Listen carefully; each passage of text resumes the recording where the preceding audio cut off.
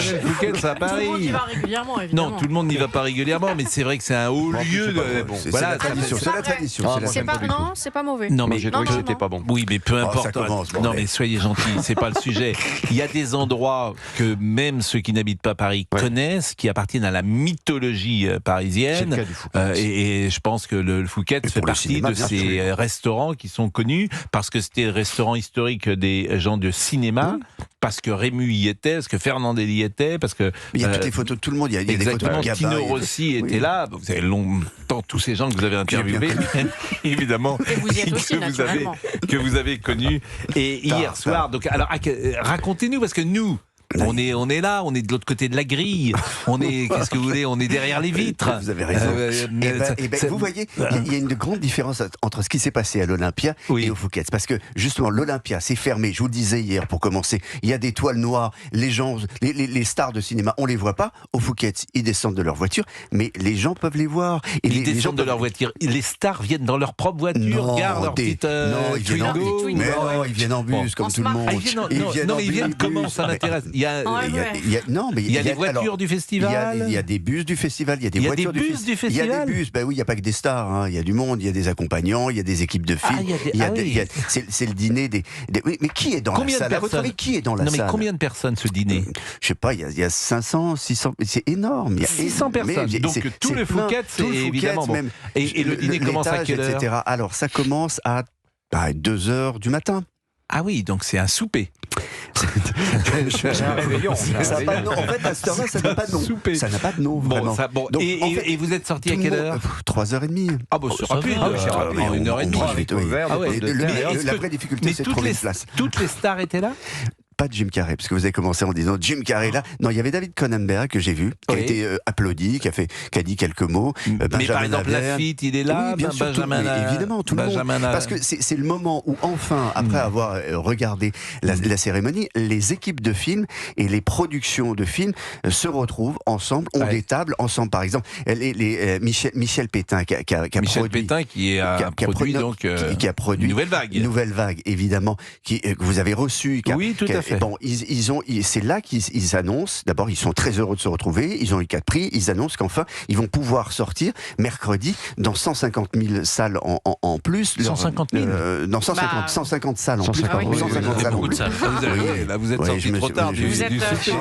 Vous êtes encore sur l'influence dans 300 000 salles. Donc voilà, c'est le moment où on se félicite, on se retrouve entre nous. Enfin, entre nous, gens de cinéma, nous dissertons sur les prix entre nous. Bon, voilà donc. Et j'imagine. Alors, je vais vous dire, mais il y a des tables. Là, il y a des frontières invisibles entre tous ces gens. Bah si, parce que vous avez dit premier étage, deuxième étage. Il y a vraiment les stars, les non-stars. Bah arrêtez.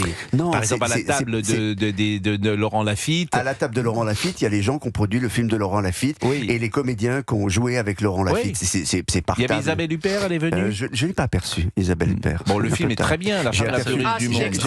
Moi, j'aime beaucoup ce film-là. J'ai vu Franck Dubosc, qui était là, et qui était heureux, tellement heureux. Bien sûr, mais un ours dans le Jura. Et vous vous souvenez la promotion qu'on a fait d'un ours dans le Jura? Non, vous tout seul, c'est pas nous. Moi, quand j'ai vu ce film avec la musique de Marie Laforêt, qu'on pourrait ressortir. Voilà, ça c'est la musique originale. Tous les jours. Mais moi j'ai adoré ce film. Vraiment, c'est un film formidable. Mais vous vous rendez compte que Franck Dubosc, il a battu Jafar Panahi.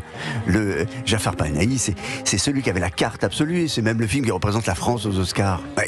Franck Dubosc, dans la catégorie meilleur scénario. Mais je crois que c'est la bonne chanson que vous me mettez là. Ah oui, c'est la version album. C'est Fais-moi l'amour comme à 16 ans? Oui, c'est ça, Marie Laforêt. Oui, c'est Marie Laforêt, mais est-ce que c'est la Fais-moi l'amour comme à 16 ans? Ah, c'est la version originale, oui. Oui, je crois que c'est pas la bonne version. Ça, c'était avant qu'elle déroule du câble. Voilà. Non, vous mais êtes ça, aussi. non, vous retirez. Non, Mais non, arrêtez. c'est pas possible. Non, mais arrêtez. Non, mais moi, attendez. Non, mais c'est même pas drôle. Je veux dire, c'est oui. Non, mais attendez, ça va. Moi, j'en ai une par semaine son maintenant. humour. Non, mais c'est pas de l'humour. Arrête. Chacun son humour. Oui, ça, c'est de l'humour de cracra. C'est tout. Donc voilà. Bon, on va marquer. Tiens, écoutez cette musique de Marie Laforêt. Ça, cette chanson qui est la bande originale de L'Ours dans le Jura, qui est sur la plateforme MyCanal. Non, je suis pas sûr. Oui, évidemment. Bien sûr, évidemment. Alors évidemment. Mour comme à 16 ans. C'est une merveilleuse chanson de Marie Laforêt. C'est la chanson qui se déroule pendant qu'ils sont dans le club échangiste, c'est ça? Oui, non, elle accompagne le film. Il y a Benoît Poelvoorde qui est formidable. Vraiment, j'ai trouvé que c'était un film merveilleux. Et c'est de l'humour noir. Il y a une histoire aussi policière. C'est vraiment très très bien. Bon, alors en 1h30, c'est plié votre souper. Oui. Tout le monde s'en va tout de suite. Non, pas tout le monde. Et alors, qu'est-ce qu'on a? Parce que la coulisse, moi, ce que j'aime, la coulisse. Oui. Qu'est-ce qu'il y avait au repas? Qu'est-ce qu'il y avait? Il a oublié. Il n'y était pas. C'était pas foufou. C'était pas foufou. Je dois donner. Non, il y avait une espèce d'émincé de volaille sur un lit de je sais pas. Un nid de poule. J'ai plus le détail. Ça m'a pas transfiguré absolument. Mais on paye pas là, on est invité. On est invité, donc on se tait, on dit merci. Il y avait des chefs. Et vous étiez à la table de qui? J'étais à une table de producteurs de films, voilà. Ah oui, qui n'était pas débouché. Qui était très sympathique de m'accueillir. Oui, mais bon, j'étais eu avec des gens du cinéma. Oui, je me doute, effectivement, c'était pas le dîner annuel de la boucherie hier soir. Bon, mais c'était bien quand même. Mais c'était super. Mais en fait, c'est le moment, parce que dans une salle, encore une fois, les gens reçoivent leur prix, ils ressortent, on les voit pas, on applaudit, etc. Voilà. Alors non, mais il n'y a pas une petite anecdote à nous dire, parce que vous êtes monsieur anecdote, et là, ça fait 20 minutes, j'essaye de vous tirer les verres du nez, d'avoir quelque chose de croustillant. Il y a un couple, les couples ensemble, je ne sais pas. Jean Dujardin. Jean Dujardin était là. Nous avons discuté avec Jean Dujardin. Ça, c'est dans la presse. C'est dans la presse que Jean Dujardin soit là. Moi, je voudrais du croustillant. Pourquoi, par exemple, Jim Carrey, il n'est pas venu, vous le savez? Je ne sais pas. Oui, mais j'en sais rien, moi, pourquoi il était là. Le gars était fatigué. Vous avez bien vu que pendant même la cérémonie, il rentrait, il sortait, il rentrait, il sortait. Comment ça, il rentrait, il sortait? Il y a un moment où... non, on voit pas ça, nous, devant notre télé. Il n'est pas toujours filmé. Donc on a bien compris. Mais pourquoi il sortait? Il s'ennuyait? Non, je sais pas. Non, il s'est pas ennuyé. Bon, non, moi j'ai trouvé la cérémonie formidable, pour tout vous dire. Oui. Vraiment formidable. On va écouter après ce qu'a dit Dubosc, ce qu'a dit Laverne, bien sûr, et Jim Carrey aussi. Effectivement, il y a eu un petit couac avec l'hommage à Bardot. Moi, je trouve ça... C'était honteux. C'est minable. C'était honteux. Vraiment, c'était honteux.